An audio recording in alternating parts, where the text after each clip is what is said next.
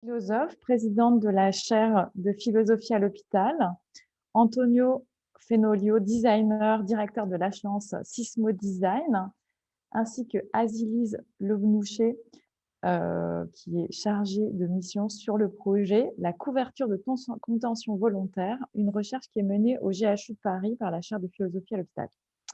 Nous accueillerons ensuite Ophélie Benito, designer, diplômée de l'ENSA de Nancy et qui nous présentera son projet Mollis, des coussins pour accompagner l'accueil des personnes fragiles dans des lieux du secteur médico-social. Ensuite, Justine Garrick, diplômée 2020 de l'ENSA de Paris en design objet, qui nous présentera son projet de diplôme Éloge de la différence, le design sensoriel au service du polyhandicap. Et nous aurons ensuite un petit temps d'échange et de questions autour de ce thème 2 d'une dizaine de minutes. Je laisse la parole à Cynthia, Antonio et Azili. Oui, bonjour à tous. Donc moi, je suis Cynthia Fleury, je suis titulaire de la chaire de philosophie du GHU psychiatrie et neurosciences. Et c'est Azilis qui va faire la présentation, juste pour vous dire que nous sommes au début. Donc c'est vrai que c'est une présentation un peu différente. Elle n'arrive pas avec des résultats cliniques ou des données d'expérimentation. On est en phase d'observation. Elle vous resituera ça d'ailleurs dans le graphisme. Et donc ça, voilà, on a fait une période d'état de l'art importante, de revue de littérature importante, et on vient de rentrer dans les services, et c'est ça qui va plus spécifiquement aussi être posé par Azilise et puis par Antoine, qui lui viendra sur la notion de proof of concept, mais plus spécifiquement de proof of care. Voilà. Et je leur laisse la parole. Vas-y, Azilise. Et puis moi, je serai de nouveau, mais en question. Merci beaucoup, Cynthia. Azilis Le Boucher, merci Cynthia de m'avoir présentée. Donc, je suis la chargée de projet de la chaire de philosophie sur ce sujet-là. Et c'est également moi qui avais rédigé l'état de l'art sur le sujet donc, de la contention involontaire au sujet de ce contenant. Donc, on part vraiment d'une réflexion, on conduit ensuite des expérimentations et pour arriver à un prototypage qui soit le plus pertinent possible par rapport aux situations qu'on aura observées et dont les différents acteurs nous auront rendu compte. Donc, on part d'un état de l'art sur les méthodes de contention. Donc, dans un contexte un peu particulier qui est celui de la révision d'un cadre juridique de la contention pour la psychiatrie, de rapport de la contrôleure générale des lieux de privation de liberté, donc ça c'était l'année dernière. Et donc nos questions de travail, ça a été est-ce que la contention, si on l'imagine contenante et volontaire, est-ce qu'elle peut être thérapeutique, notamment mais pas que en situation de crise? Quelles pourraient être ses modalités, quels peuvent être ses usages, et puis est-ce qu'un dispositif contenant de moindre recours par rapport à la contention mécanique telle qu'on la connaît aujourd'hui majoritairement en psychiatrie, est-ce que ce serait en mesure de réduire le recours à cette contention? Donc, vraiment, on va partir de la contention pour aller vers le contenant, mais il fallait nécessairement qu'on passe toutes ces notions que peuvent recouvrir la contention, puisqu'il y a des formes qui sont diverses, donc institutionnelles, juste l'hôpital, physique, donc mécanique, mais pas que, aussi physique, de personne à personne, chimique et aussi psychologique, dans des contextes très variés, puisqu'il y en a aux urgences, qui est plutôt de l'ordre de la prise en charge de l'agitation, mais également en psychiatrie, en neurologie, en réanimation, c'est assez vaste. Donc essayer de voir qu'est-ce que ça recouvre cette notion dans ces différents contextes-là. Et puis aussi s'intéresser au cas particulier de la personne âgée, donc notamment dans les structures médico-sociales, et du mineur. Donc ça, on le pense du côté état de l'art, mais aussi après, l'objet, c'est de l'appliquer aujourd'hui dans notre démarche de se nourrir du terrain pour comprendre mieux où est-ce qu'on pourrait intervenir avec un dispositif différent. Donc cette réflexion-là, elle permet également de penser cette pratique clinique qui est souvent très controversée et donc entre les différents acteurs. Donc au niveau des soignants, vraiment ça remet en question pas mal de notions de déontologie, de morale et on parlait du lien tout à l'heure, mais c'est également ça a un certain impact sur le lien entre les personnes. Au niveau du coup du jugement médical des soignants, il y a vraiment toujours les principes d'autonomie, de bienfaisance qui sont utilisés, mais aussi de responsabilité, proportionnalité, le risque juridique aussi à coller. Il y a vraiment donc dans ce contexte-là, ce qu'on voit, c'est la logique de «c'est pour ton bien» qui domine plutôt et des contextes qui ont été décrits par Bénédicte Plombard de cécité empathique, donc de moments de cécité de l'empathie du soignant envers le patient au moment de la mise sous contention. C'est vraiment s'inscrire dans cette démarche de normalisation des soins, de réflexion sur l'éthique de l'utilisation de la contention, et donc qui est à la fois collectif et individuel. Et nous, là-dedans, l'objectif, ce serait vraiment de mettre à disposition du sujet un dispositif de moindre recours pour justement essayer de redonner de l'autonomie, de rendre capacitaire le sujet vis-à-vis de la contention. Donc, c'est pour ça qu'on arrive vers la notion de contenance et proposer cette méthode contenante, elle s'ancre sur l'approche un peu psychanalytique de la contenance, donc avec les différentes fonctions qui ont été décrites de la contenance. Donc, recevoir les excitations, les parer, les métaboliser, qui ont un rôle dans le développement, donc dans l'acquisition des postures, la constitution des différentes enveloppes, donc, voilà, vous allez voir aujourd'hui. Et puis aussi tout ce qui est fonction contenante, donc le holding de Winnicott, la manière de porter l'enfant, mais également le cadre euphorique, donc là c'est plutôt de Lyon, ou la fonction alpha. Donc voilà, et en psychiatrie, ça s'incarne particulièrement, notamment dans certaines psychopathologies, notamment d'autisme de seconde peau musculaire, donc qui avait été décrite par Bick, donc des hypertendus. Mais également, on joue de la fonction contenante, notamment sur ce qu'on disait tout à l'heure, la contention institutionnelle, donc le cadre institutionnel qui a une fonction conteneur, qui a été décrit par Keyes, ou sinon l'enveloppe institutionnelle de Houzel, donc c'est un peu le même objet. Il y a toute une clinique des objets transférentiels qui s'est développée, des approches psychocorporelles également. Et dans ce contexte-là, sur la notion de contenance, certains auteurs rapprochent la contention mécanique d'une fonction contenante, et d'autres auteurs souhaitent séparer totalement les deux notions. Donc voilà, c'est un peu complexe comme champ, mais tout à fait intéressant à étudier. Et donc aujourd'hui, la contention, donc on recentre un peu sur le contexte, c'est une réalité qui est assez décriée et qu'on essaye au maximum de limiter, donc dans un cadre international notamment promu par l'OMS, mais également quand on va voir dans d'autres pays des équilibres entre les différentes formes de contention dont je vous parlais qui existent et qui sont pas, le curseur n'est pas mis au même endroit en fonction des endroits. Donc en France, c'est vraiment de plus en plus une mesure d'urgence. Des indications sont de plus en plus restreintes et de plus en plus protocolisées, avec des réflexions soignantes qui émergent dans de plus en plus d'endroits. Mais on a encore des pratiques qui sont exemptes d'encadrement, donc je vous disais tout à l'heure, et on a un plan de réduction de ce recours donc à la contention perçue comme soin sans consentement. Et donc, ce plan-là, il s'oriente sur des facteurs qui sont plus organisationnels, sur des facteurs plutôt ressources humaines, mais également sur le développement de stratégies intégrées de prévention du recours à cette contention. Et nous, c'est plutôt là-dedans qu'on souhaiterait s'inscrire. Donc, on est reparti de tout ce qui avait pu exister comme dispositif et aussi concept contenant. Donc, en repartant du début, de dire est-ce que la maladie mentale, c'est le sujet ou ce sont deux choses différentes, donc les approches monistes et dualistes. Donc, dans l'histoire du Moyen-Âge, c'était vraiment l'usage de la force physique, donc pour essayer justement de maintenir ces deux choses distinctes.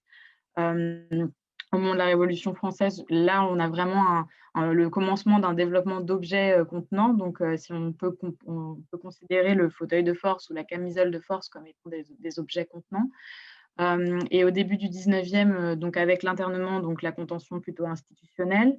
Fin du 19e, on remet en cause cette contrainte, donc cette contention institutionnelle, donc avec le mouvement du non-restreint science, le développement d'alternatives, donc la pharmaco, mais aussi tout ce qui est hydrothérapie, qui était assez riche à cette époque.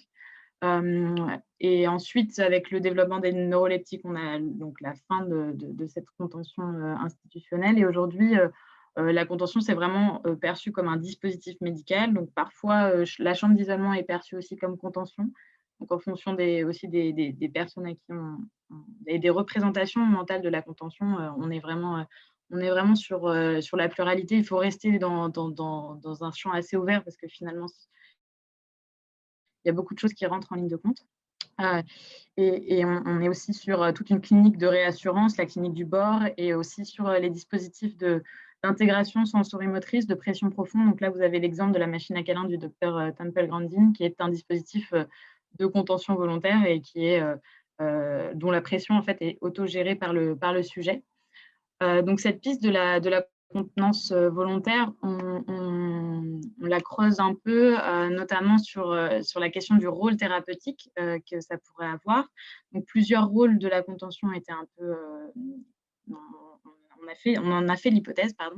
Donc une fonction apaisante de réduction des stimuli, une fonction plutôt psychanalytique de régression, une fonction comportementale de conditionnement. Il y a toute la controverse également du packing qui est encore très, très ancrée dans les pratiques et dans les représentations actuelles dans les services. Donc, il y a une pratique assez ancienne, mais qui a été plus ou moins actualisée et qui utilise les processus de régulation thermique, de traitement de la douleur comme étant le moyen de fonctionner. Mais aujourd'hui, on n'a pas vraiment de preuves scientifiques sur l'efficacité thérapeutique de la contention involontaire et la contention volontaire, les différentes formes qui peinent encore à faire leurs preuves. Donc, le développement d'une contenance volontaire, finalement, il s'appuie sur plein d'objets contenants, donc qu'ils soient immersifs, enveloppants, immobilisants temporairement ou une fonction un peu de tuteur.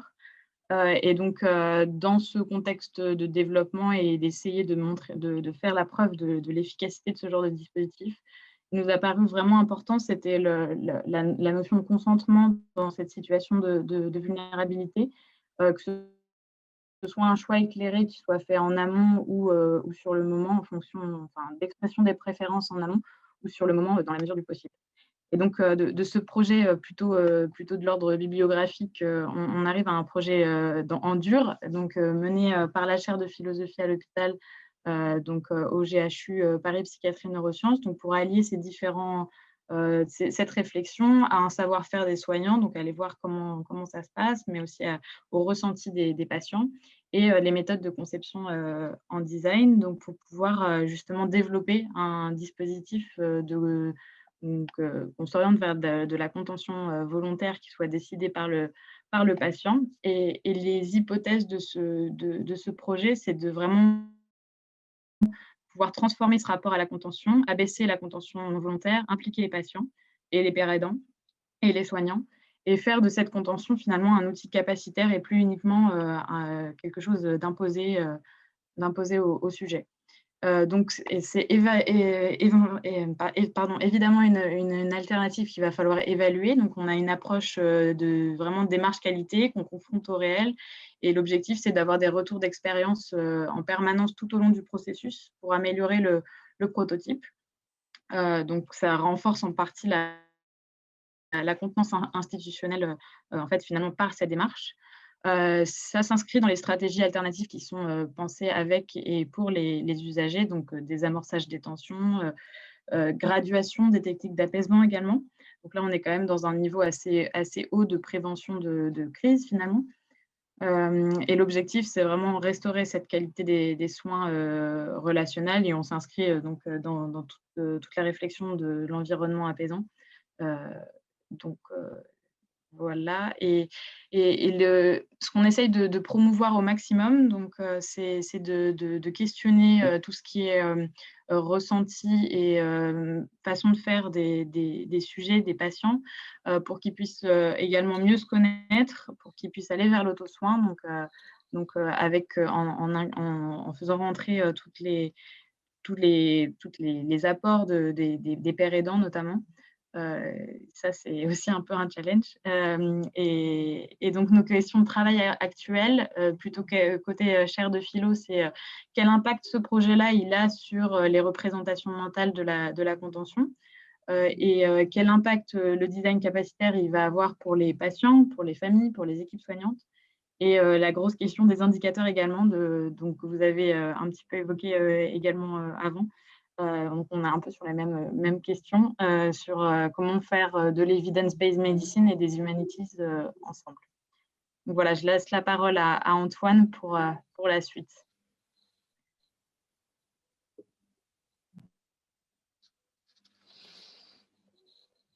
Oui, bonjour à tous.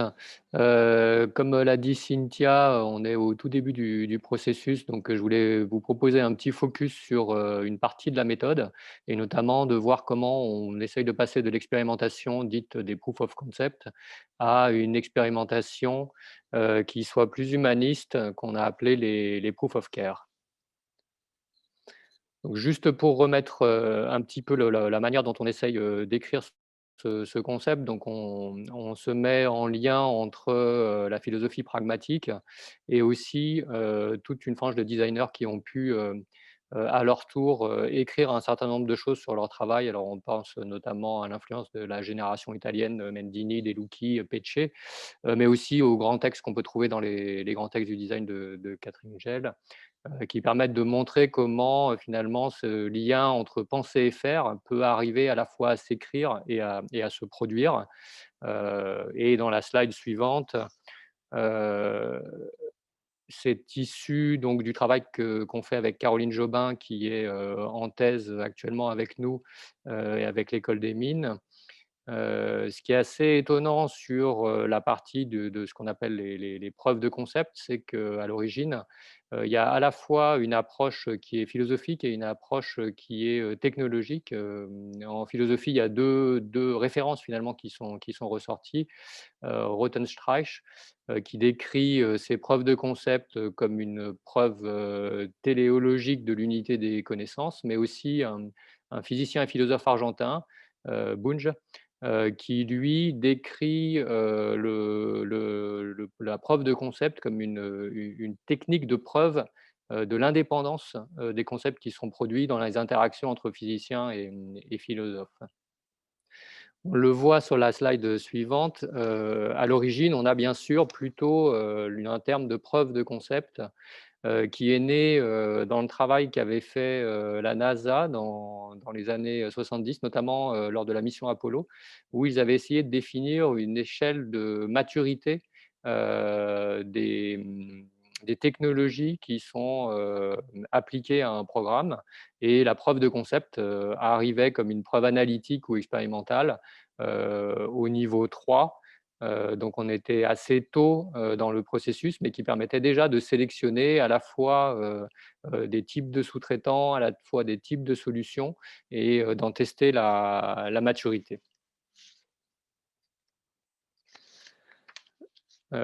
Le travail qu'on fait actuellement, il est aussi inspiré d'un travail sur l'essence, hein, puisque c'est aussi la thématique de cette partie, notamment par un travail qu'on a pu réaliser avec Saint-Gobain, qui est un lieu dans lequel on a essayé de voir comment finalement des critères quantitatifs pouvaient se lier à des critères qualitatifs, notamment pour arriver à passer d'une recherche de performance, donc une recherche plutôt axée sur la gestion et sur la science, à une recherche du confort, donc plutôt axée sur le ressenti des usagers, avec finalement quelque chose qui était assez clair, qui était de dire si vous êtes tous dans une pièce où il fait 20 degrés avec une luminosité qui est la même et un son qui est le même, vous n'allez pas du tout avoir le même ressenti de confort.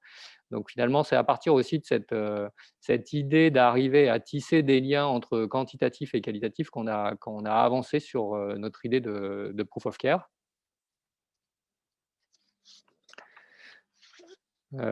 Donc aujourd'hui, ce qu'on recherche, ça va être la manière dont on peut choisir des critères quantitatifs liés à des critères qualitatifs qualitatifs, les critères quantitatifs mesurables que pourraient être la température, la durée, la pression artérielle, tout un tas de critères qu'on est en train de définir lors de nos observations et lors de nos interviews, et de les lier à des critères qualitatifs sur la sensation de soin, sur le niveau de pénibilité du moment de contention, sur la baisse de l'impression de vertige, de nausée, d'essoufflement. Là encore, tout un tas de critères qu'on essaye de lier à ces critères plus captables de façon rationnelle. Donc voilà, juste pour finir, donc cette idée des proof of care vers laquelle on se dirige, c'est vraiment de voir comment on peut ajouter une dimension humaniste aux preuves de concept, et de voir comment ce moment des expérimentations va pouvoir rendre capacitaires toutes les parties prenantes et les acteurs des milieux sur lesquels on intervient, et de voir dans quelle mesure cela va pouvoir créer des externalités positives. Je vous remercie. Merci beaucoup. On va donc passer la parole maintenant à Ophélie Benito. Bonjour à tous. Alors, merci de me passer la parole. Je vais vous partager mon écran. Je vous ai fait une présentation. Donc moi, je vais travailler un peu, enfin, je vais vous donner des exemples. Je vais être vraiment dans le concret par rapport à tout ce qui s'est dit avant. Donc je trouve ça assez incroyable, les liens qu'il y a entre les différents projets, et j'ai un peu l'impression que toutes mes références ont été données. Je suis un peu déçue. Non, non, mais voilà, je vais vous montrer, je vais vous parler du coup de mon projet, donc, qui est la collection Molis, hein. J'en parle comme un projet, mais en réalité, moi, j'ai fait le choix de l'entrepreneuriat. Donc, je travaille sur la question de l'enveloppe très, très concrètement via la collection Molis. Donc, faire l'enveloppe, c'est vraiment le cœur de mes travaux, le cœur de mon activité aujourd'hui. Donc, pour me présenter rapidement, je suis de mon côté diplômée de l'École nationale supérieure d'art et de design de Nancy, donc en section design bien sûr. J'ai aussi eu un double diplôme plus axé sur les matériaux et sur les produits faits à l'École des mines de Nancy. Donc voilà, je suis diplômée maintenant depuis 3 ans, et c'est depuis mon master sur le mou, en fait, sur les matières molles, que je travaille sur cette notion d'enveloppement via la collection Molis, qui aujourd'hui mène à des produits qui existent et qui fonctionnent, même si je suis toujours en développement sur certains points et sur certains objets. Donc voilà, pour commencer, donc, je vous ai fait un petit sommaire sur les thématiques que j'aborde, les histoires, les bienfaits, les objets, les usages et l'intégration en milieu de soins. Donc, comme je vous disais, je pense que je vais reprendre des thématiques qui ont été déjà très, très bien abordées par les autres intervenants. J'étais ravie de vous écouter d'ailleurs. Donc, mes thématiques et mes moyens d'action, donc la base de mes réflexions vient de la question de l'éthique du care, bien sûr. Donc, Joanne Tronto fait partie de mes lectures et de mes inspirations. Tout ça a débuté lors d'un atelier sur le care qui a eu lieu à Artem, donc à Nancy, lorsque j'étais étudiante. Et donc, où j'ai pu découvrir le milieu médico-social, les lieux de vie du secteur médico-social, notamment et surtout les instituts médico-éducatifs. Donc, ça fait vraiment le cœur du projet. Donc, mes thématiques, l'éthique du care, la santé, le soin. Il me semblait important de parler de care et non de cure, puisque toutes les rencontres que j'ai pu faire avec les différents directeurs d'hôpitaux, les différents professionnels de santé ont beaucoup pointé cette question-là de care et non de cure, puisqu'aujourd'hui, voilà, je ne vous l'apprends pas, mais dans énormément de domaines, surtout dans le domaine hospitalier, on est beaucoup dans le cure quand même, le fait d'attendre qu'un problème arrive et surgisse pour lui trouver une solution. Là, avec la collection Molis, ce que j'essaye de faire, c'est de la prévention, de l'accompagnement. et pas forcément du cure, bien que l'objectif, c'est que les outils soient le plus utile, le plus utilisable. Et voilà, donc le secteur médico-social, l'apaisement, l'enveloppe, le sensoriel et la question de la transition écologique, qui est très forte aussi dans mon projet, et donc j'y reviendrai. Donc voilà, je suis, comme la plupart d'entre vous, designer, et donc je ne suis bien plus étudiante depuis quelques années maintenant, et j'applique pas mal des sujets qu'on a et qu'on va aborder aujourd'hui. Voilà, donc la collection Molis, vous en voyez un aperçu ici. C'est une gamme d'objets enveloppants et apaisants, fabriqués en circuit court et surtout à base de laine de mouton, et qui est faite pour améliorer la qualité de vie des personnes fragiles. Donc, des personnes fragiles, d'abord dans le secteur médico-social et dans les lieux de vie du secteur médico-social, mais qui se veut également inclusif. Et donc, bien sûr, il y a des personnes, il y a des typologies de personnes et des groupes de personnes qui vont avoir besoin des produits et qui vont avoir besoin de ce type d'objets et de ces objets en particulier qui vont être ciblés, notamment, je pense aux enfants et aux personnes atteintes de troubles du spectre autistique, mais également aux personnes âgées qui sont dans une situation de maladie d'Alzheimer, par exemple. Mais la collection Molly se veut vraiment inclusive, puisqu'on a démontré et trouvé des intérêts concrets pour ces objets-là, pour le grand public.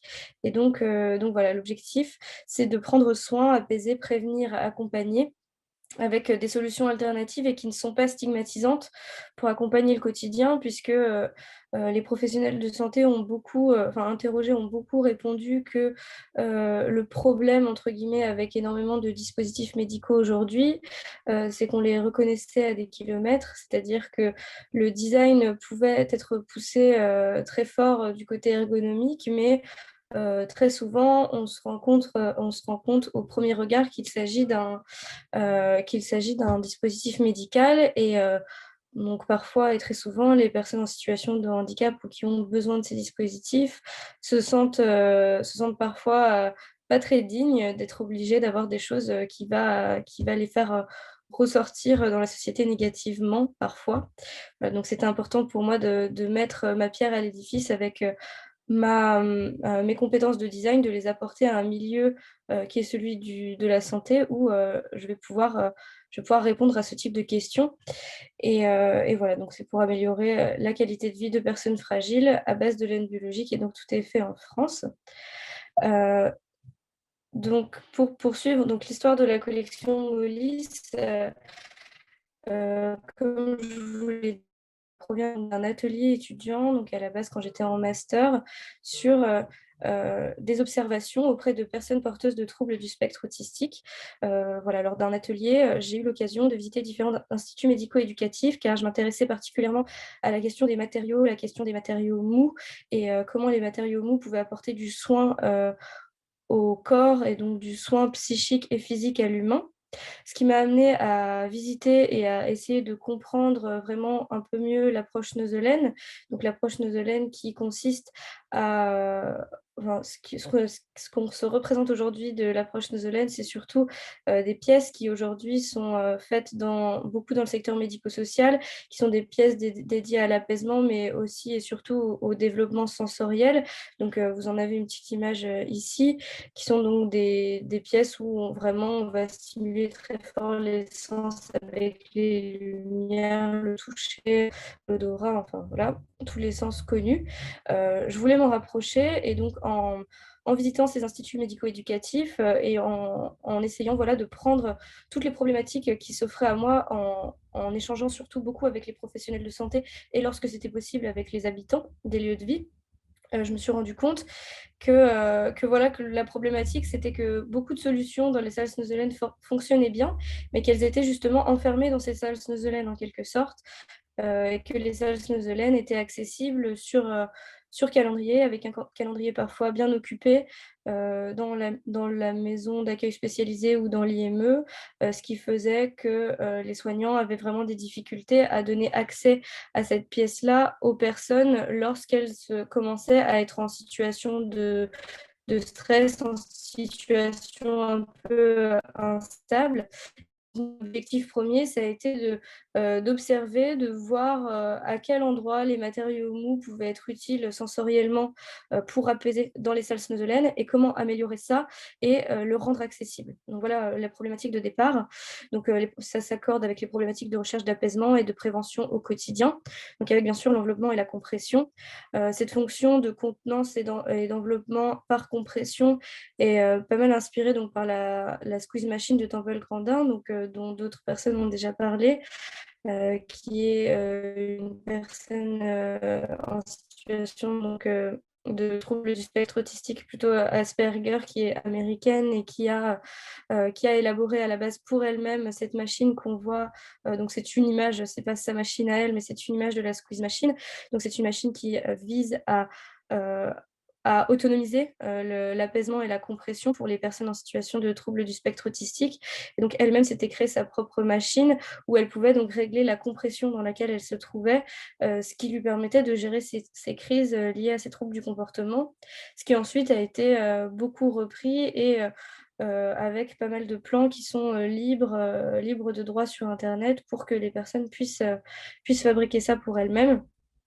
Donc voilà, avec tous ces travaux à elle et à d'autres personnes sur les effets de la compression, je me suis dit que vraiment j'allais essayer d'utiliser des matériaux mous pour provoquer cette compression, cet apaisement, cet enveloppement, donc toujours en travaillant avec des phases d'observation et d'essai en continu, en collaboration avec des professionnels de santé, dans des instituts médico-éducatifs, dans des maisons d'accueil spécialisées, avec des psychomotriciens, des ergothérapeutes indépendants également. Et donc évidemment aussi le Moipo de Didier Anzieux et je l'ai déjà dit, l'éthique du Caire de Joanne Tranto ont été des inspirations importantes dans le développement du projet. Donc la question de la prise en charge des crises est très importante puisque en échangeant avec les professionnels de santé, on a beaucoup parlé du fait que voilà, il y avait des solutions curatives lorsque des crises arrivaient, que parfois ces solutions arrivaient jusqu'à la contention, la contention très stricte qui leur posait un problème éthique, qu'ils avaient envie pas forcément de la faire disparaître, puisque à certains moments, ils se rendent compte que ça devient nécessaire, mais en tout cas de diminuer le besoin de contention forcée. Et voilà, toujours avec cet objectif de permettre aux personnes de se recentrer sur leur moi, parce qu'ils se sentent morcelés. Donc là, on parle beaucoup des personnes porteuses de troubles du spectre autistique qui peuvent avoir ce type de problématique lors d'occurrence de troubles du comportement. Et donc l'objectif vraiment de la collection Molis, voilà, c'était de proposer des alternatives à la contention mécanique. Et puis aussi de travailler sur la question des matières, puisque voilà, je travaillais beaucoup sur les matériaux et que j'en étais arrivée à un point où les professionnels de santé verbalisaient beaucoup le fait que les matières situées dans les instituts, dans les lieux de vie, en fait, qui sont les lieux de vie quotidiens de beaucoup de personnes en France, sont investis par des matériaux qui sont généralement synthétiques, qui sont toujours très froids, très peu naturels. Et donc, le fait de travailler avec des matières naturelles, c'est aussi une envie que j'avais, moi, de par mon engagement dans la transition écologique. Et donc, il y a beaucoup de choses où il y a beaucoup de thématiques qui sont ressorties des différents échanges et des différentes études et observations qui ont été menées pour ensuite aller vers la collection Molis qui a, donc lui, je ne vous ai pas situé, qui a démarré en 2017. Voilà, donc je vous en parlais, l'approche matériaux est vraiment importante dans la collection Molis. Donc les effets apaisants, ils sont vraiment dus au travail sur le sensoriel et notamment avec le rembourrage en laine de mouton. Donc la laine de mouton est vraiment au cœur du projet. La laine de mouton, c'est un matériau que j'ai rencontré, entre guillemets, après avoir démarré ces observations et avoir démarré l'écriture de mon mémoire, tout simplement, sur la question de l'apaisement et du mou. Et la laine de mouton, donc j'ai fait une formation par la filière laine, donc j'ai mis le petit logo sur ce diaporama. La filière laine, donc maintenant je fais partie d'un projet européen qui s'appelle le projet Défilène. Donc le projet Défilène, c'est un projet porté par Interreg. Étant donné que moi je suis à Nancy, je suis au cœur de ce territoire-là, mais vous ne l'êtes probablement pas tous. Le projet Défilène, c'est un projet en grande région, donc la grande région qui inclut la région Grand Est en France, le Luxembourg, la Wallonie et une petite partie de l'Allemagne. Donc là où il y a énormément de laine de mouton qui est produite chaque année. Donc, on parle de dizaines de tonnes de laine de mouton qui est aujourd'hui produite, quoi qu'il arrive, chaque année. Et il y a encore 5 ans, qui était presque entièrement envoyée en Chine pour être transformée puis revendue, souvent aussi dans notre pays, mais pas uniquement. En tout cas, c'était une ressource naturelle du territoire qui était complètement dispatchée et qui se perdait. Voilà, c'était une richesse qu'on perdait alors qu'elle était vraiment locale. Et donc, en faisant cette formation sur la laine de mouton, je me suis rendu compte que c'était peut-être le matériau mou que je cherchais justement. Et c'était peut-être avec ce matériau-là que j'allais pouvoir mener mes investigations, faire mes tests, pour voir si être enveloppée par de la laine de mouton apaisait réellement. Donc voilà, la laine de mouton, elle a plein de qualités. Déjà, elle est très durable, elle est présente sur le territoire, mais vraiment en termes sensoriels, il y a différentes études qui sont menées aujourd'hui qui ont montré que le contact avec la laine de mouton est apaisant, donc diminue la pression artérielle, pardon, etc. Et donc, quand j'ai fait cette formation-là, je m'en suis rendu compte. C'était une formation qui avait pour but vraiment d'apprendre à la fois à des créateurs, mais aussi déjà à des éleveurs, la richesse qu'ils avaient entre leurs mains, pour donner en fait des graines d'idées à des créateurs, à des chercheurs, pour développer des choses sur le territoire qui vont être utiles à la société, être utiles à qui on le souhaite, mais en tout cas pour utiliser cette richesse. Donc la laine de mouton, elle est thermorégulatrice, elle est apaisante, elle est durable forcément et résiliente. Donc quand on choisit la bonne laine pour du rembourrage, elle ne va pas se tasser, contrairement aux matériaux synthétiques. Elle permet un rembourrage doux et silencieux, donc c'est quelque chose que j'ai mis ici parce que c'est ce qui est beaucoup ressorti dans les tests qui ont été faits auprès de professionnels de santé. C'est que la différence avec, vous le verrez, on est plutôt sur des formes de coussins, mais la différence significative, c'est aussi la question du bruit, puisque je ne sais pas si vous imaginez, mais les billes de polystyrène qu'il y a en général dans des solutions, des coussins, etc., sont très bruyantes, ce qui peut être un problème pour des personnes notamment qui ont une perception sensorielle très, de l'hypersensibilité, en fait, qui ont de l'hypersensibilité au niveau de l'ouïe. Ça peut être compliqué à gérer.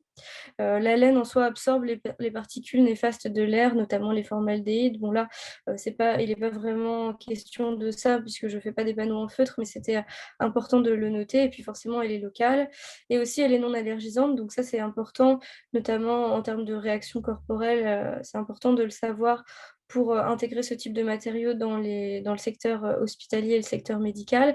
C'est évidemment l'une des premières questions que je me suis posée. Est-ce que c'est possible ?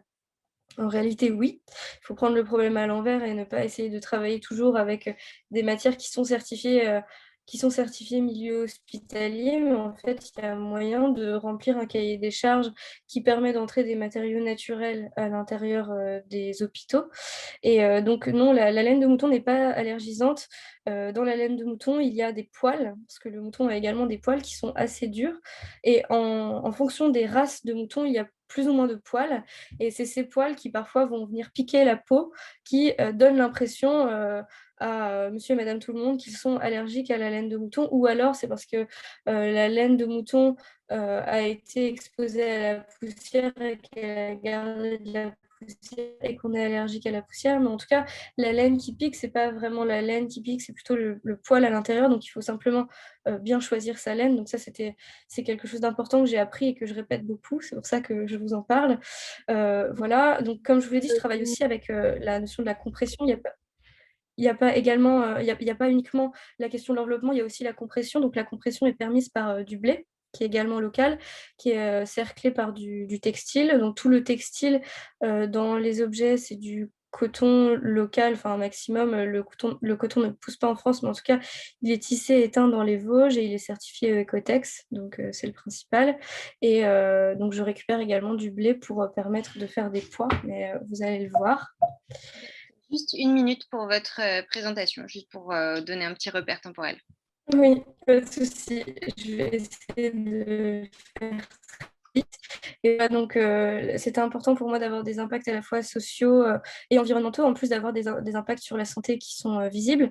Donc, tout est fait local avec des chantiers d'insertion et en circuit court. Et donc, on a eu des résultats très positifs avec les tests qui ont été menés jusqu'ici. Donc, je vais vous montrer rapidement les objets, puisque en fait, je pourrais en parler pendant des heures, donc je vais me dépêcher. Donc les différents objets qui existent, Voilà, ce sont des objets qui ont plusieurs fonctions, qui vont être supports, qui vont être des objets d'accompagnement et qui vont être des objets enveloppants, qui vont permettre de créer des environnements qui vont pouvoir être utilisés ensemble ou séparément. Et donc voilà, on a principalement le Circum E que vous voyez ici, le Circum I, le Socius qui peut être utilisé également pour des personnes enceintes, etc. Mais qui vient de base du secteur médico-social. Et puis, il y a le Nido qui a un matelas qui permet une posture semi-allongée, qui permet une posture qui va rester confortable, où les personnes ne seront pas noyées dans quelque chose de trop mou et où parfois il ne va pas y avoir de problème de déglutition avec des personnes qui peuvent s'étouffer, par exemple, dans les maisons d'accueil spécialisées, puisqu'on a travaillé avec les professionnels de santé sur un objet qui permet une certaine pente. Voilà, donc les lestes de blé dont je vous parlais, ils ressemblent à ça. Et puis les usages, voilà, je vous parle juste rapidement du fait qu'aujourd'hui, je travaille étroitement avec une maison de retraite, la maison de retraite Saint-Joseph à Nancy, qui me permet de faire tester les produits, pour ensuite les installer dans l'établissement et travailler aussi en sur-mesure. Donc voilà, je travaille beaucoup sur l'autonomie, la bienveillance, la prévention. L'éthique de la contention et tous les dispositifs sont en libre accès. Voilà, donc on pourra en reparler plus tard dans la journée. J'ai travaillé évidemment sur toutes les questions de normes d'hygiène et de sécurité. Et voilà, je suis encore en phase de recherche, mais il y a déjà des produits qui sont sur le marché. Du coup, je travaille avec des publics qui peuvent être variés, donc avec des personnes atteintes de pathologies neurodégénératives comme l'Alzheimer, aussi avec des personnes qui ont des particularités, des troubles du spectre autistique. Et puis, on a vu énormément de bienfaits pour, par exemple, les futurs parents et les femmes enceintes également pour le secteur grand public. Voilà. Merci beaucoup, Ophélie. Oui, il y a eu déjà une question, mais donc ça sera sur le temps d'échange juste après la prochaine intervention. Donc, je passe la parole à Justine Garrick. Alors, bonjour. Alors, j'arrive pas à démarrer ma vidéo. Bon, ce n'est pas très grave. Je suis bloquée. Mais bon. Super. C'est bon, parfait. Génial. Bon, bonjour à tous. Alors, je pourrais partager ma présentation. Alors, partage d'écran.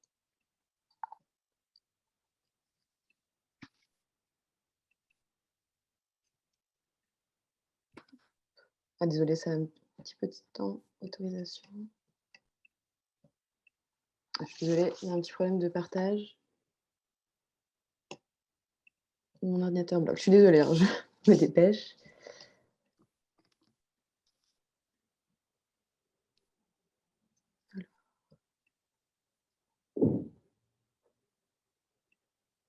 Voilà. Alors, normalement, je vais pouvoir... Voilà. Super.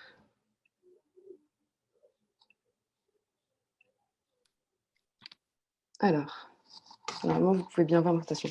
Alors, je me présente rapidement. Je suis Justine Garrick. Je suis designer et je suis tout récemment diplômée des Arts décoratifs de Paris. Donc, j'ai été diplômée fin septembre 2020. Et donc, mon travail s'articule autour de la thématique du design sensoriel au service du handicap et puis spécialement autour du polyhandicap. J'ai donc rédigé mon mémoire à ce sujet et s'en est suivi après mon projet de diplôme. Alors, pour commencer, je voulais juste vous expliquer rapidement les raisons d'un choix d'un tel sujet. Un petit peu à l'image de l'écrivain qui écrit sur sa propre vie, mon travail en tant que designer, c'est grandement inspiré de mon histoire personnelle, car je suis la grande sœur d'une jeune fille handicapée, atteinte d'un handicap lourd et un polyhandicap, une encéphalite non identifiée, qui est maladie orpheline, et qui la rend depuis toute jeune très dépendante à son entourage pour tous ses besoins vitaux, que ce soit boire, manger, se déplacer, se laver, mais qui ne parle pas, mais qui s'exprime avec des cris, des vocalises ou des rires. Alors, mon travail a commencé avec mon mémoire qui a été dirigé par Sophie Larger, qui s'appelle « Exacerbons-nous, éloge de la différence des sens », où j'abordais donc le thème de la sensorialité de façon universelle, du handicap, et avec l'idée de la communication et de l'inclusivité qui est très présente, donc comment la sensorialité pouvait faire de une société plus inclusive. Excusez-moi, Justine, on ne voit pas votre présentation. Je ne sais pas si c'est mal, on voit un écran noir et un carré bleu pour l'instant. C'est problématique, parce que là, j'en suis déjà à la 3e slide. Ok, bon, C'est bon à savoir. Cliché, mais avec voilà. Alors, je vais recommencer le partage. Je suis désolée, hein, ça alors peut-être si je partage cet écran-là. Je suis navrée, hein. Tout va bien. Est-ce que c'est bon là ou pas? On voit bien, on voit juste l'écran autour, quoi, mais en Moi, je la vois, là, la présentation. oui, c'est ce que là, on le voit bien, on voit juste l'écran d'ordinateur et les contrôles autour, mais sinon, on voit les slides. OK, bah, je vais essayer le mode lecture pour voir si c'est sinon je crois que c'est peut-être quand on passe en mode plein écran que ça doit bugger alors. Non, là, c'est très bien, ça C'est vrai? marche. Ah super, bon alors je reprends. Donc voilà, donc je disais que j'avais abordé le thème de la sensibilité, du handicap et de la communication. En commençant par, la sensorialité d'un point de vue universel où, donc j'expliquais comment, les sens, enfin l'émergence des sens, dans la création d'un être humain, comment ils sont intégrés au quotidien, comment, ils, nous permettent, d'organiser notre mémoire, comment ils, gouvernent aussi nos émotions, comment ils sont présents dans l'imaginaire commun et le vocabulaire, de chacun. Surtout, en France, où on a un vocabulaire assez développé, pour tout ce qui est sensoriel. Et aussi comment, dans la société aujourd'hui, il y a une hiérarchisation des sens, notamment avec l'omniprésence, de l'ouïe et de la vue, heu, qui, du coup, sont très présents, aujourd'hui. Et ensuite, une deuxième partie où j'ai abordé plus le handicap, en abordant, en fait, de façon assez générale, donc pas je ne me suis pas tout de suite concentrée sur le polyhandicap, mais j'ai parlé du handicap mental, du handicap moteur, du handicap psychique parce qu'aujourd'hui, des maladies, mentales comme la dépression sont considérées comme des handicaps psychiques et aussi du handicap sensoriel. Alors je sais qu'il y a plusieurs organisations, voilà, ça c'était celle que j'avais choisi de présenter dans mon mémoire. Et en fait, ce que j'ai vu en commun dans tous ces handicaps, c'était qu'il y avait des difficultés de communication qui étaient évidentes et que ça pouvait provoquer un renfermement, un ennui, une solitude pour la personne atteinte de la pathologie, mais également une douleur, réelle pour l'entourage qui, en fait, sont, pas forcément directement atteints par la pathologie, mais qui se retrouvent aussi également victimes collatérales, car attristés, par la solitude ou le renfermement qui pouvait apparaître chez la personne, surtout au niveau de l'adolescence et aussi avec le temps parce que, une maladie, ça peut durer un certain temps, mais un handicap, ça dure, plus longtemps et il y a une question d'usure qui se met en place, au fur et à mesure et qui est assez dur à supporter pour les proches. Alors donc j'ai abordé évidemment, le principe d'échange direct, en abordant des solutions, comme le braille ou, le langage des signes et aussi également des solutions, moins, évidentes au premier abord comme, la multisensorialité. Donc, là ici, il y a une image avec un exemple donc voilà, en fait, d'une table avec du mapping lumineux, qui pourrait en fait donner l'envie de manger à des personnes hospitalisées. Donc voilà, le goût et le visuel, en plus de seulement ce qu'on a dans son assiette, mais il y a un environnement plus, développé encore visuellement pour, donner envie de manger. Ou alors, donc là c'est un autre exemple un petit peu extrême avec l'idée de ultra sensorialité où les sens sont exacerbés. C'est-à-dire là, c'est un infirmier dans un hôpital, psychiatrique qui travaille avec des personnes autistes qui a acquis de la musique, qui s'appelle du noise, donc c'est littéralement du bruit et en fait qui a un effet de contenance pour les personnes autistes. Alors pour certaines personnes, c'est assez violent, mais en fait, ça peut vraiment créer des effets très bénéfiques et en fait, ça peut relaxer des personnes avec une contenance, sonore très forte et notamment dans les solutions que j'ai abordées, je me dis voilà, j'ai beaucoup parlé de l'approche new-zélandaise, donc Ophélie, juste avant moi, a également abordé ce sujet-là. Donc voilà, un petit peu pour rappeler, c'est une approche qui nous vient des Pays-Bas, qui, vient de la contraction des verbes néerlandais, snuffelen qui signifie renifler, fouiner, explorer et dozelen qui est un état d'apaisement et de détente. Donc voilà, donc c'est une démarche d'accompagnement, un état d'esprit, un positionnement d'écoute et d'observation sensorielle, privilégiant la notion de prendre soin. Donc ça, c'est la définition officielle de Pétrarque, qui est donc Snowzelen France. Et en fait, voilà, moi, j'ai décidé de parler de l'approche snowzélienne parce qu'à l'adolescence où les relations avec ma petite sœur ont été compliquées parce que, voilà, l'adolescence arrivant et pour elle, je pense une lassitude, un ennui de faire les mêmes choses. C'était assez compliqué et voilà, j'ai appris par son institut que les salles snowzéliennes avaient un effet très bénéfique sur elle, C'était vraiment un moment d'amusement, d'éveil.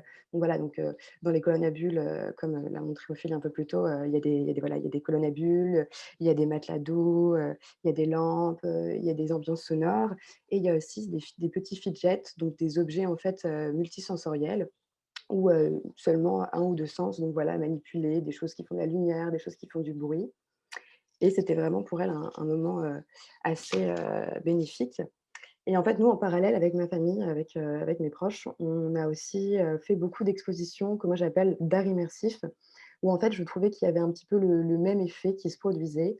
Donc ici, là, j'ai mis 2 artistes que j'apprécie beaucoup, de Andela Adea et Pipi Lotériste. Donc en fait, pour moi, c'est des expositions où il y a vraiment un univers qui est créé, très, très sensoriel qui appelle à beaucoup de sens et en fait qui pousse à la contemplation, avoir un moment de désinhibition, de relâchement, un moment privilégié de partage, si on est tout seul ou si on est avec des personnes accompagnées et vraiment ça poussait à la stimulation sensorielle et à la curiosité. Avec le côté, aussi très poétique qui n'est pas toujours présent, à ce point-là dans les salles snozelaines. Alors je me suis demandé comment je pouvais intervenir en tant que designer, après avoir écrit mon diplôme, mon mémoire pardon.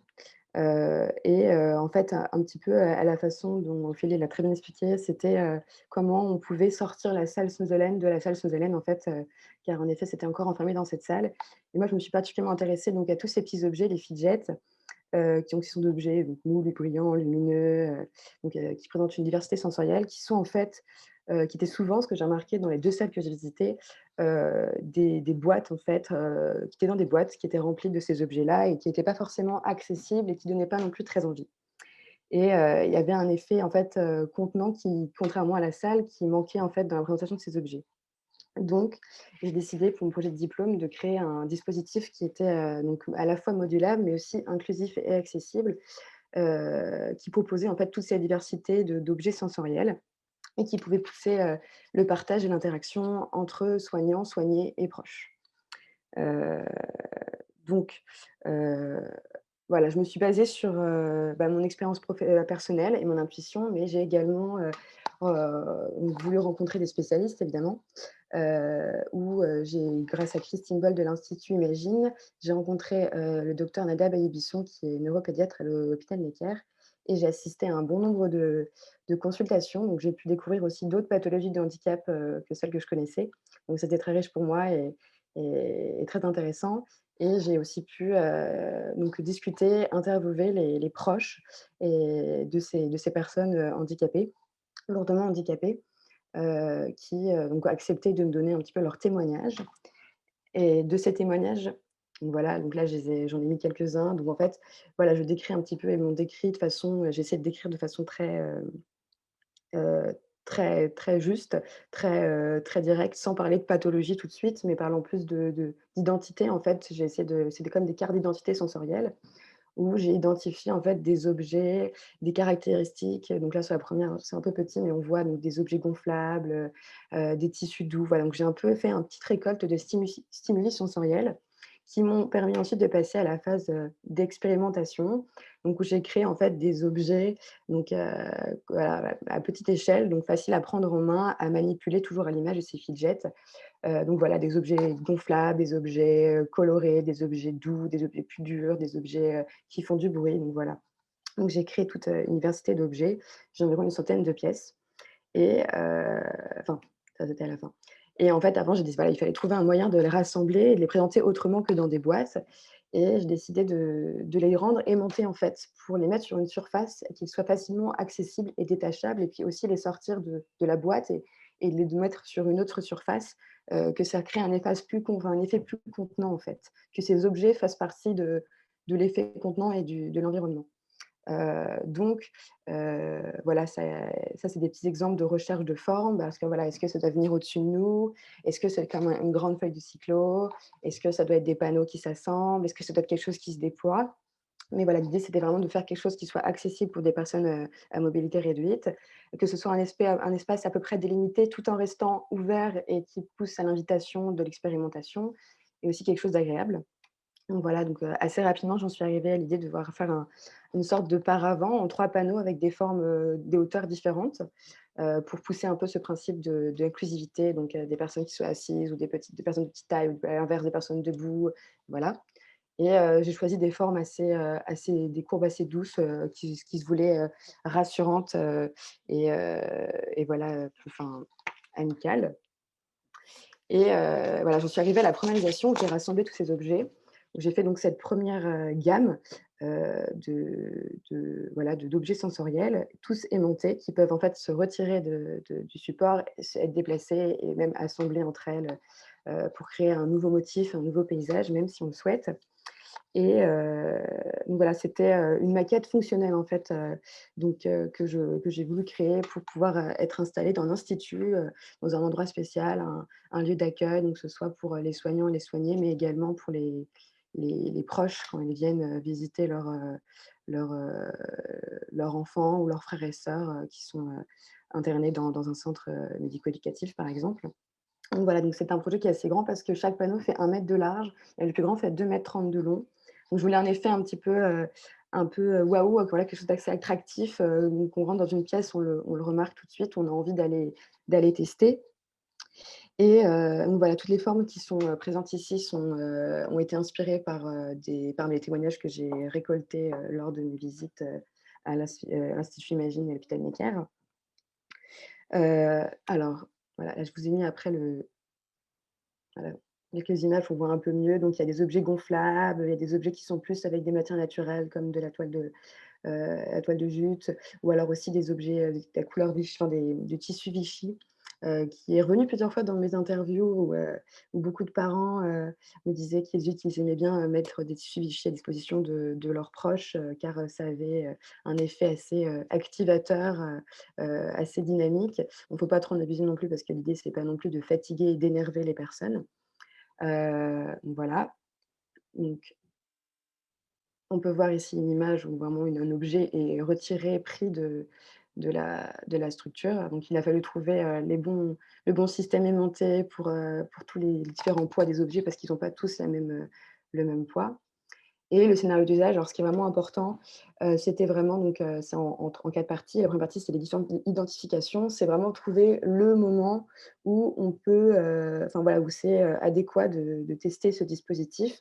Il ne faut pas choisir n'importe quel moment, donc des moments qui sont totalement hors des tout besoins vitaux, car, c'est important d'avoir, en fait voilà, c'était important pour moi de vraiment faire une différence et de montrer que c'est un moment qui est nécessaire, qui pour moi est vital en fait, ce moment de stimulation sensorielle. Pour ces personnes qui ont pas un quotidien toujours facile, où ils peuvent facilement aller, vers de l'ennui ou de la solitude, et des moments vraiment ce soit, un moment spécial pour, expérimenter ce dispositif. Donc voilà, j'avais mis des exemples dans l'après-midi, après une sieste par exemple, ou alors le soir avant d'aller dormir, ou, à une fin de matinée avant le repas du midi. Voilà, donc l'idée c'est vraiment de s'approprier. Mon scénario d'usage est assez libre. J'ai volontairement pas mis de personnes en fauteuil et j'ai juste fait un petit peu flotter les personnages, on pourrait croire. Parce que voilà, c'est vraiment, il se veut inclusif et il se veut pour être un moment de partage entre soignants et soignés ou entre proches et soignés. Et voilà, donc il y a pas de règle, on peut s'asseoir, on peut être debout, on peut être assis dans son fauteuil, on peut, juste toucher sur la surface, on peut les détacher, on peut les déplacer, on peut les donner à l'autre personne. Voilà, c'est assez libre, Il vous reste 2 minutes du coup. OK, parfait, super. Hop.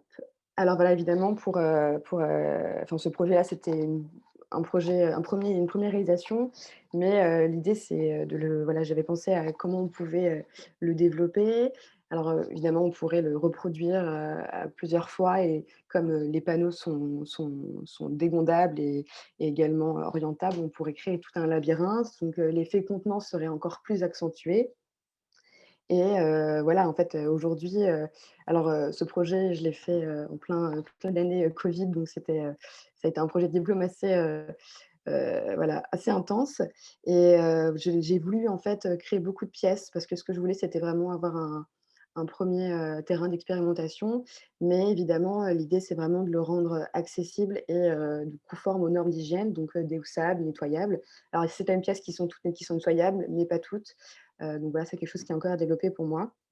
Et évidemment, en fait, bon, ça a été un peu compliqué à mettre en place, mais je vais le faire tester et je voudrais faire toute une captation où, voilà, je vais pouvoir filmer, des personnes. Je suis en contact avec l'IME des Amis de Laurence, à Paris, qui est prêt, évidemment faire tester avec, des accompagnateurs, des personnes de l'institut, donc des soignants, des ergothérapeutes et une psychomotricienne qui sont prêts du coup à faire tester. Donc j'ai vraiment hâte de voir, ce projet parce que je l'ai fait tester, mais seulement sur, mon cobaye à la maison, voilà, ma petite sœur, ce qui, ne donne pas forcément une objectivité, voilà, directe. Donc c'est important de toujours revenir en tant que designer à, à quelque chose de concret, avec un retour sur expérience avec des professionnels, quelque chose qu'on puisse, vraiment classifier et voilà, nous permettre d'avancer nos études et pas seulement se baser sur son intuition personnelle et voilà donc et ben, voilà, je pense que j'ai fini et je crois que je vais être pile dans le temps.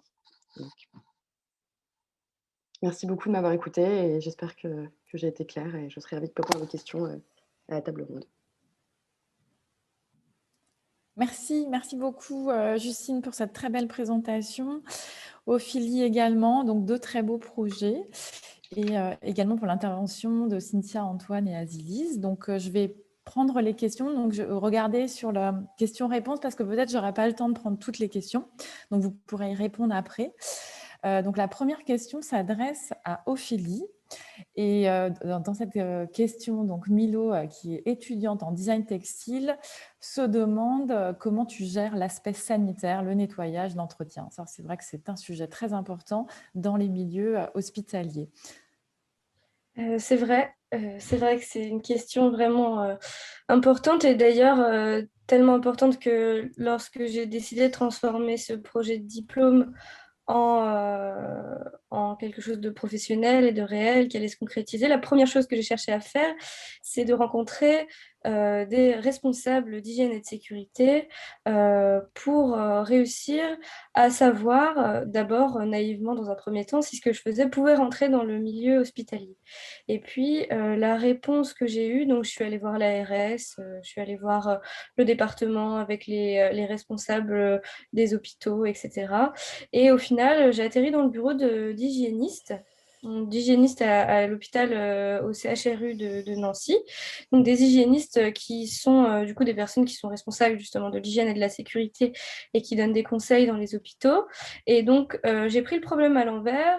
J'ai établi un cahier des charges pour développer les objets grâce à elles et sur leurs conseils, plutôt que d'avoir développé quelque chose et d'essayer de voir si c'était correct ou pas.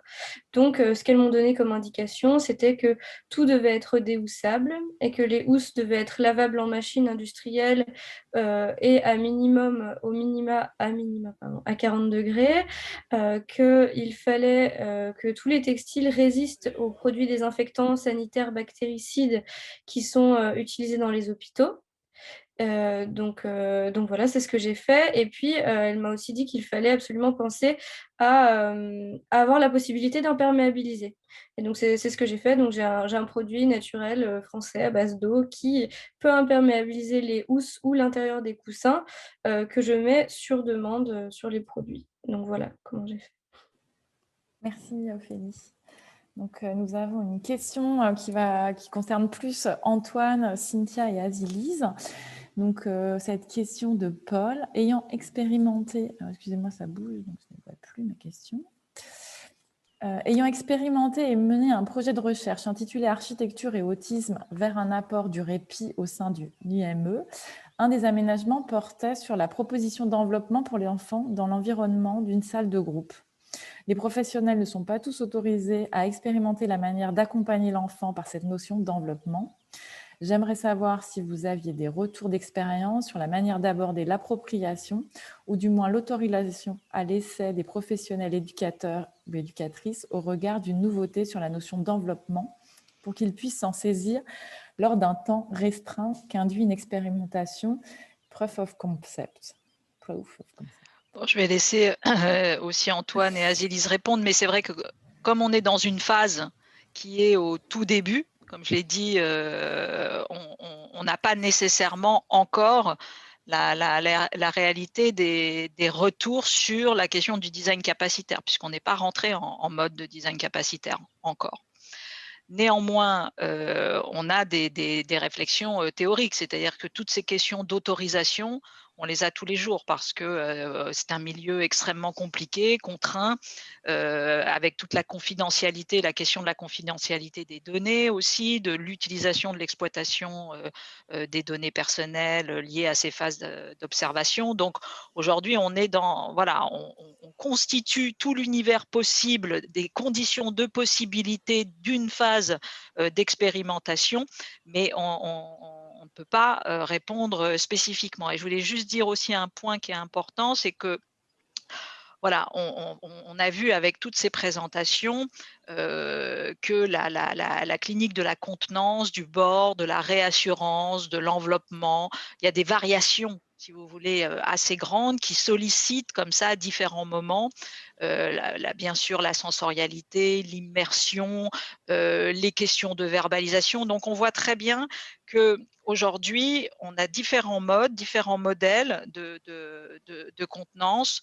On a tout ce qui renvoie plutôt à la décharge, tout ce qui renvoie effectivement, comme dirait de Lyon, à la question de symbolisation, la métaphorisation, donc la question du dévoilement, et puis la question effectivement de la contenance. Nous, on essaye peut-être d'avancer demain vers un protocole combiné où précisément aussi l'acteur, quel que soit cet acteur, le soignant, la famille, le patient bien évidemment, produirait aussi, si vous voulez, un parcours spécifique en activant plutôt tel ou tel modèle.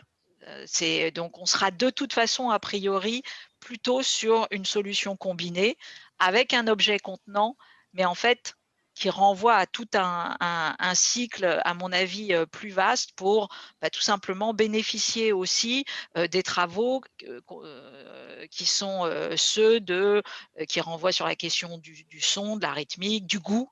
On travaille aussi sur le fait d'intégrer la question du goût à un moment donné et puis de produire comme ça un protocole combiné. Donc, et logiquement, vu les difficultés qui sont les nôtres aujourd'hui, parce qu'on a pris des retards qui sont en plus connexes, entre guillemets, et causés par la Covid, on sera, je veux dire, on reviendra vous voir d'ici un an avec, j'espère, enfin des résultats et voilà, pour répondre à votre question. Mais pour vous donner quand même une petite idée. Puis Azilise et Antoine, peut-être que vous voulez donner aussi d'autres explications. Merci Cynthia. Oui, peut-être aussi pour préciser par rapport à cette question spécifique. En fait, il y a 3 points particuliers sur l'expérimentation, sur la gestion de l'expérimentation. Le premier point, c'est d'être très en amont avec l'ensemble des parties prenantes pour voir comment on peut gérer toutes les problématiques amont, qu'elles soient juridiques, techniques, hygiène, communication, et là, il y en a toute une partie, et de voir comment on va arriver à maîtriser ces contraintes pendant l'expérimentation. La deuxième chose, c'est que l'expérimentation, elle cherche aussi à faire ressortir du non-dit, c'est-à-dire que même si on veut essayer de tout maîtriser, justement, ce qui va sortir pendant l'expérimentation, c'est tout ce qu'on ne sait pas qu'il faut maîtriser. Je vois par exemple l'expérience qu'on a pu avoir ensemble avec Cynthia lorsqu'on a travaillé sur la problématique des urgences à l'hôpital. L'expérimentation est là pour faire ressortir ce qui justement n'est pas maîtrisé. Donc on ne pourrait pas avoir déjà en amont en contrainte. Et puis la dernière chose, c'est que l'effet expérimental, il faut arriver à le garder, c'est-à-dire qu'il faut faire en sorte que la manière dont on va emmener ces parties prenantes, dont on va conduire cette expérimentation, il faut qu'il y ait toute une partie qui puisse être maîtrisée et reproductible pour que si on l'a fait demain dans un EPSMD ou ailleurs, on ait quand même des valeurs de comparaison qui soient structurantes et sérieuses par rapport à nos proof of care.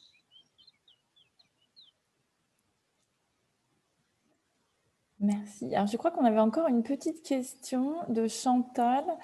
Je ne sais pas si c'est une question ou une affirmation, mais en tout cas qui s'est adressée à Cynthia. Y a-t-il des services qui n'utilisent pas la contention à Sainte-Anne, par exemple ? Oui. Azilis, tu veux y aller sur cette question? Oui, j'avais un peu répondu par écrit, mais en fait, on va dire que c'est tellement... Et il y a eu aussi une autre question sur, finalement notre définition de la contention, et on l'a choisi, de fait, on l'a choisi assez large parce que on s'est dit que même rien que le fait d'être hospitalisé, c'était une forme de contention. Et donc, il ne fallait pas qu'on se restreigne uniquement, enfin, qu'il y ait contention institutionnelle, notamment en psychiatrie, on n'a pas le droit de sortir. Il y a tout un tas de règles qui forment aussi cette contention institutionnelle et ce cadre. Et donc, on a jugé utile d'avoir une définition assez large qui était une pratique de la contention, une pratique d'immobilisation dans le soin. Et donc, finalement, on restreint aussi la liberté de mouvement uniquement en étant hospitalisé en psychiatrie. Donc la question ensuite de dire est-ce qu'il y a des services qui l'utilisent et qui ne l'utilisent pas, là, on se recentre uniquement sur la contention mécanique. Et certes, il y a des services qui n'utilisent pas la contention mécanique. C'est très variable en fonction des situations. Du moment où on se situe aussi par rapport aux différentes pathologies, si ce sont des services plutôt de crise, si ce sont des services plutôt de vie, des lieux de vie. Donc, on essaye aussi, là, dans la phase d'enrichissement d'uniquement l'apport qu'on avait théorique et bibliographique que je vous ai présenté. Là, on est dans une phase plus d'enrichissement par les pratiques et les façons de faire et les usages au quotidien et les représentations aussi soignantes patients et proches. Et dans cette phase-là, on se rend compte que dans certains endroits, on dit qu'on n'en utilise pas, mais en fait, on utilise autre chose, comme des barrières de lit, comme une forme de contention un peu plus psychologique, c'est-à-dire de donner un certain nombre de règles pour ne pas aller jusqu'à la contention mécanique ou même la chambre d'isolement. Mais il y a tout un tas de panels gradués en amont et qui sont des formes différentes de contention et qui sont tout autant finalement utilisées. Donc, on discute énormément justement avec les personnes qui n'utilisent pas la contention mécanique telle qu'elle est définie comme dernier recours, parce que c'est intéressant de voir comment ils font. Et justement, on ne se limite pas justement à la réflexion sur la contention mécanique. Oui, c'est un point vraiment très, très, très important. On a voulu attraper tout le spectre de cette contention jusqu'à la contenance, jusqu'à l'implication du sujet, ce contenant, ce tenant, enfin vraiment. Donc, on voulait attraper tout cela. Il n'y a pas, si vous voulez, en tout cas à ma connaissance, il n'y a pas de service qui, éthiquement, aurait posé un refus, vous voyez, comme quand on peut utiliser un refus d'utiliser une technique de soin, ça non.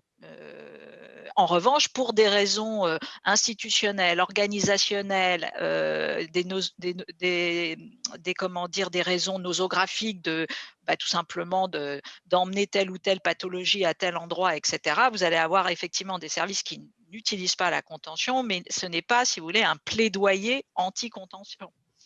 Même si par ailleurs, on rencontre à l'intérieur des praticiens, des gens qui ne sont pas du tout tranquilles avec cette question-là, mais tout dépend comment c'est fait, etc. Donc, il y a toute une modulation comme ça qui varie. Et puis par ailleurs, on est aussi dans des lieux qui n'utilisent pas soi-disant la contention et qui l'utilisent, alors pas simplement, comme vient de le dire Azilis, avec des protocoles différents, mais par exemple en neurosciences. En neurosciences, on va utiliser la contention pour d'autres raisons, et pas pour troubles psychiatriques, pour d'autres raisons, qui sont plutôt des troubles cognitifs. Et donc à ce moment-là, c'est aussi toute une autre manière de verbaliser, si vous voulez, cette contention, parce que il faut que cette contention qui, malgré tout, a les aspects d'une contrainte, soit consentie pour faire un soin. Vous voyez ce que je veux dire? Donc, là aussi, on va sur des terrains qui, pour le coup, alors que normalement, il n'y a pas de contention, se retrouvent à faire de la contention. Merci. On va passer à une question pour Justine. Donc Alexis qui pose cette question à Justine. Pourquoi ne pas avoir essayé de repenser, redessiner, reconceptualiser les salles Snoezelen elles-mêmes, qui en auraient bien besoin? Qu'en penses-tu, Justine? Tu n'as pas ton micro. Okay. Alors, merci pour cette question. Alors, en effet, c'est vrai. C'est vrai que ça aurait été très intéressant, mais bon, c'est un projet qui durait 1 an, c'est un projet de diplôme et non un projet de recherche.